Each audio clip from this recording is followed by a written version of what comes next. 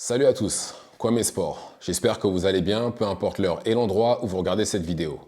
Avant de commencer, cliquez sur like, abonnez-vous et activez la cloche de façon à être tenu au courant quand je posterai de nouvelles vidéos.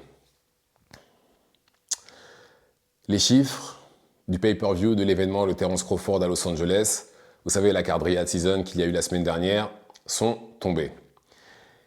Et très franchement, ils sont pas bons. Ils sont pas bons pour l'événement que c'était. Et même tout court, même, c'est pas bon. Parce qu'on parle quand même d'une carte où tous les combats auraient pu avoir leur propre carte. Parce que, bon, à part les deux premiers, hein, Andy Cruz et David Morrell, bon, je pense pas. Mais en tout cas, les autres, oui. Bakole Anderson, ça aurait pu être son propre événement. Miller, Ruiz, n'en parlons même pas.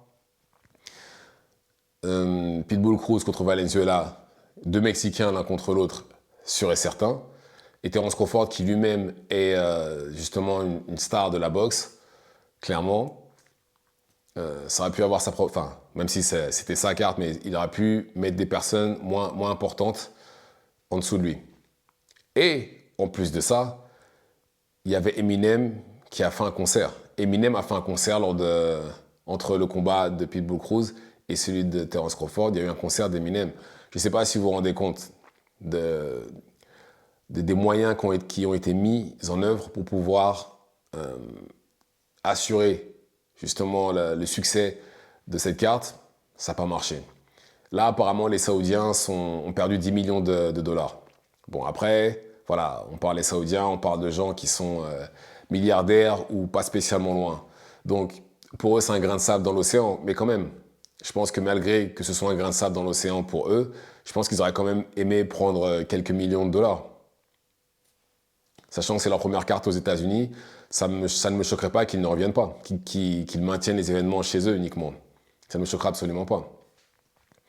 Mais c'est là où c'est pas compréhensible parce que quand vous regardez les chiffres de pay-per-view de Crawford avant, sachant bon après il n'y a pas été un nombre incommensurable de fois en pay-per-view, mais ils sont pas catastrophiques. Même ils sont même très bons, j'ai envie de dire, pour les adversaires qu'il a eu en face et la popularité qu'il avait, on va dire plus ou moins avant Spence.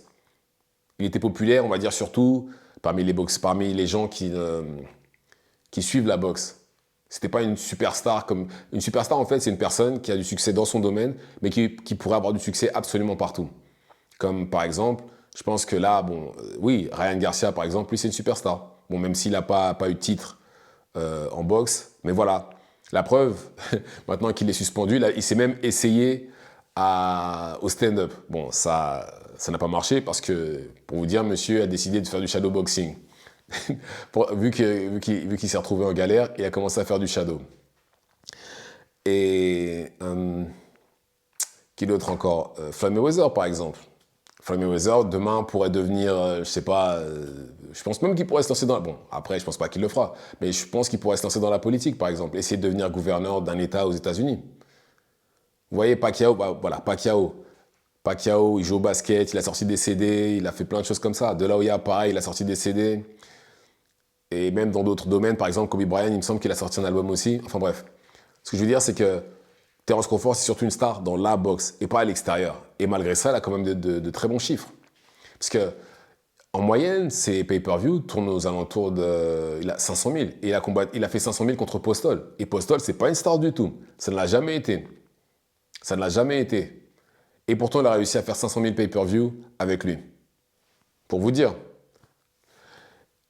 Et même quand on le compare par rapport à ses contemporains, bon, bien entendu, hormis Canelo, hein, qui lui est le king des pay-per-view actuels, il n'est pas ridicule, au contraire même.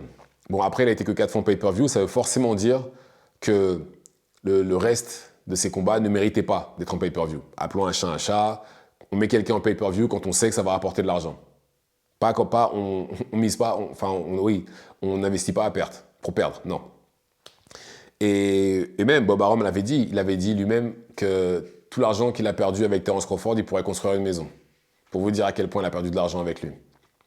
Et je pense que quand Bob Arum parle de maison, c'est pas une maison avec 2 chambres et un petit jardin, hein. Je pense qu'il doit parler d'un château. Et pour en revenir à ce que je disais, quand vous le comparez à ses contemporains, Tank Davis ou Errol Spence, je pense que Tank Davis, en fait, il tourne aux alentours de 250 000, on va dire. La seule fois où il a fait le million, c'est quand il a combattu Ryan. Clairement, encore une fois, Ryan, pour moi, quand il va revenir de sa suspension, il va tout casser. En termes de pay-per-view, il va tout casser. Mais il tourne aux alentours de 250 000, ce qui n'est pas énorme pour quelqu'un qui a la machine PBC qui le pousse dans le visage des consommateurs et qui le market comme étant le visage de la boxe. Mais quand on voit les chiffres, ça ne suit pas. Mais bon, après, je pense que par exemple, si demain il est amené à combattre Shakur, ouais, voilà, vu que c'est un combat qui est attendu, je pense qu'il ferait minimum 800 000. Minimum 800 000. Voilà, tant qu'il combattra des combattants comme Barrios quand il était en lightweight, ou même Barrios maintenant, s'il n'est pas populaire non plus de toute façon, tant qu'il continuera de combattre des combattants comme ça, ses chiffres n'augmenteront pas. La preuve, il a pris Ryan, ça a fonctionné directement. Mais en réalité, celui pour moi qui a de très bons chiffres, de très bons chiffres, on voit qu'il est consistant, je dirais plutôt Spence. Spence, pourquoi ? Parce que déjà, il fait de moyenne 350 000 et il a été plus en pay-per-view que les autres. C'est clairement que les gens au-dessus de lui, ceux qui gèrent ses combats, voient ce dont il est capable. Comme par exemple, déjà, il combat chez lui au Texas, parce que dans le stade des Cowboys de Dallas. Déjà, c'est un signe. Il est tout le temps là-bas. Quand il ne combat pas à Las Vegas, c'est chez lui à Dallas. Parce qu'il sait qu'il peut le remplir. Ce qui n'est pas donné à tout le monde. Lui, il y arrive. Crawford, malheureusement, lui, beaucoup de ses combats ont été chez lui à Omaha et je pense que ça n'était pas non plus contre le meilleur niveau de compétition. Enfin, du moins pas les combattants qu'on voulait voir. Et je pense malheureusement que ça a joué contre lui. Ça a forcément joué contre lui. Mais, encore une fois, c'est pas normal que l'événement ait floppé. C'est pas normal. C'est pas normal. Et ça, c'est même sans tenir compte des résultats. Hein. Sans tenir compte des résultats, c'est pas normal que ça ait floppé. Pas des résultats des combats. Hein. C'est pas normal que ça ait floppé. 150 000 pay-per-view. Il a fait moins avec une carte pleine de stars que tout seul contre quelqu'un que personne connaissait. Les gens vont forcément citer le piratage, etc. Oui, d'accord. Ryan et Tank ont fait 1,2 million. Et j'ai pas regardé, mais il faudrait que je regarde les chiffres justement des autres Riyadh Seasons que ça a donné. Mais après, vu que c'est en Arabie Saoudite, c'est un peu différent.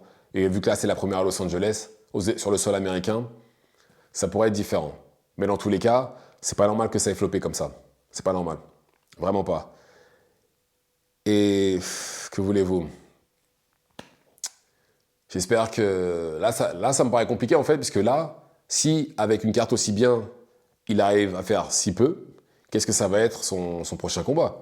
Parce que, bon, maintenant, clairement, il boxe pour les Saoudiens. Il n'est pas chez PBC, il boxe clairement pour les Saoudiens. Ça veut dire que son prochain combat, ça va être sûrement contre Virgil Ortiz. Ça va être contre Virgil Ortiz s'il gagne ce week-end.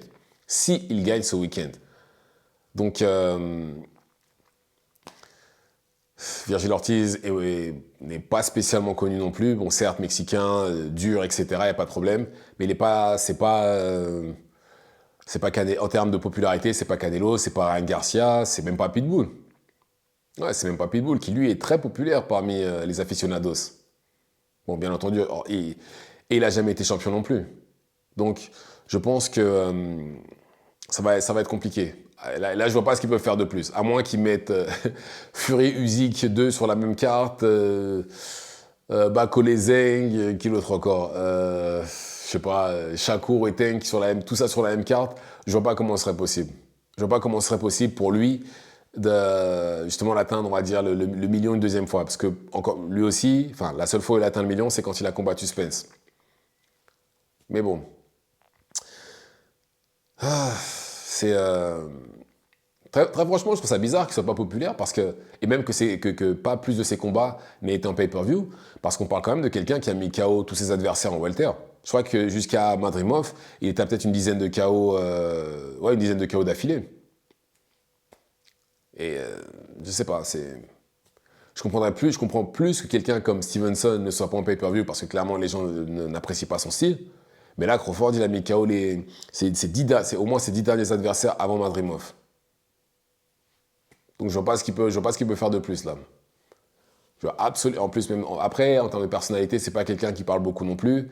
C'est vrai que ses combats, il les vend pas. C'est pas Ryan qui lui parle beaucoup et se montre beaucoup. C'est sûr que ouais, il y a un monde entre les deux. Il y a un monde entre les deux. Mais je pense quand même que c'est dommage. Je pense que c'est dommage que ça ait floppé comme ça. Mais bon. Dites-moi ce que vous en pensez dans les commentaires. Activez la cloche de façon à être tenu au courant quand je posterai de nouvelles vidéos. Et c'est tout pour moi. Ciao, ciao.